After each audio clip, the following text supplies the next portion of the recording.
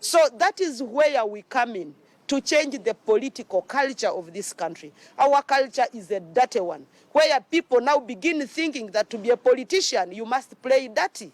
No, Ugandans are cool-headed people. Ugandans are peace-loving. Ugandans are well-organized. And we want this peace to continue. That is why the Alliance for National Transformation is promising you a change that you can trust. Thank you so much, Honorable Win Kiza, immediate former leader of opposition, and she's now leading the team that is looking for votes for Alliance for National Transformation candidates, retired Major General Greg Mugisha Muntu. Now, he is planning to replace Robert Kyagulanyi Ssentamu as Kyadondo East legislator and FDC flag bearer for the constituency Apollo Kantinti. And he says that they, as the opposition, are not being treated fairly by security forces, yet they have a very short time to canvass the constituency for votes. When he spoke, we caught up with him. The ground is not leveled. I, for one, from the get-go, I've always known the ground is never going to be leveled. It's never leveled. But it depends on the extent to which some of our adversaries or some of our opponents are willing to go. We've found some things that have been leveled against us. For example, evidently, even as members of parliament, when we did nominate, the police was one-sided in enforcing the guidelines, COVID-19 guidelines. We were stopped from meeting individuals. We were stopped from even waving at them. We were arrested. They were arrested as well.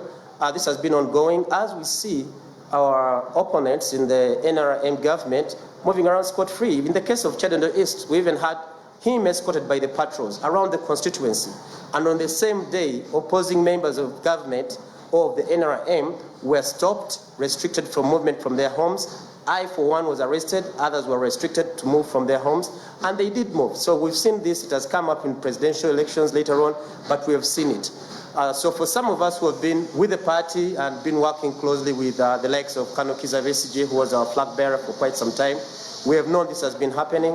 And it's going to happen. It's going to continue happening, even during elections and after elections. All we have got to do is to endure and find more innovative ways of getting out to the people and explaining to them. Nothing is going to change. My expectations, I'm not going to put my expectations higher so as to get disappointed. I'm not going to tell our supporters out there that it's going to get better.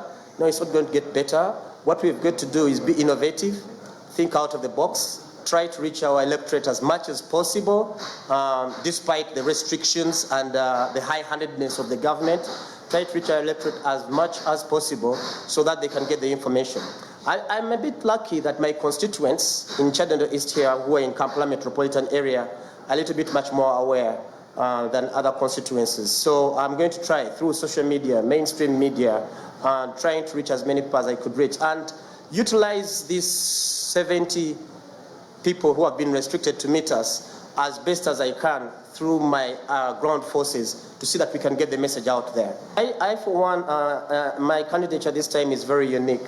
It's not something new that I have to give to them. It is continuity of what I promised them the last time round. I promised them a genuine, honest representation of their views, not the views of the government.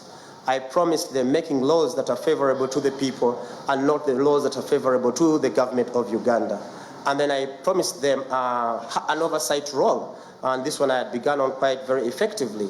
At the same time, we do know that our people are challenged. We had talked about lobbying a lot for them, different in schools, religious organizations, orphanages. All this had begun, and the people of Kyadondo East are very much aware of it. So it's a matter of continuity, because as you may note, I lost my parliamentary seat in a by-election, which by-election was a very fierce battle between the ruling government, NRM, and the FDC. And the people of Kyadondo said, well, you know what, let Honorable Kyagulanyi go and handle this for a while. You guys can handle your fights. So right now, Honorable Kyagulanyi is going to Parliament. I'm available. We're discussing, and these discussions are coming to the conclusion. Yeah, will you offer yourself again? And then we can start with the continuity where we stopped. Thank you so much there, Apollo Kantinti, for speaking to us. Now let's go over to Hoima, and we do have a story from Cuthbert Chigozi. He has a brand new motorbike and he has been canvassing the place for stories. Cuthbert, a very good afternoon, and thank you so much for linking with you. What do you have for us this afternoon, Cuthbert?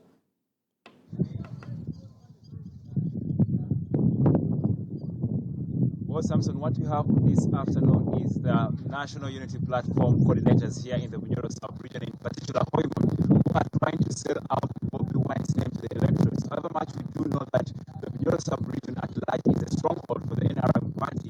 Apologies there for the quality of the audio there between ourselves here at the Political Command Center and our colleague out there, but we'll try to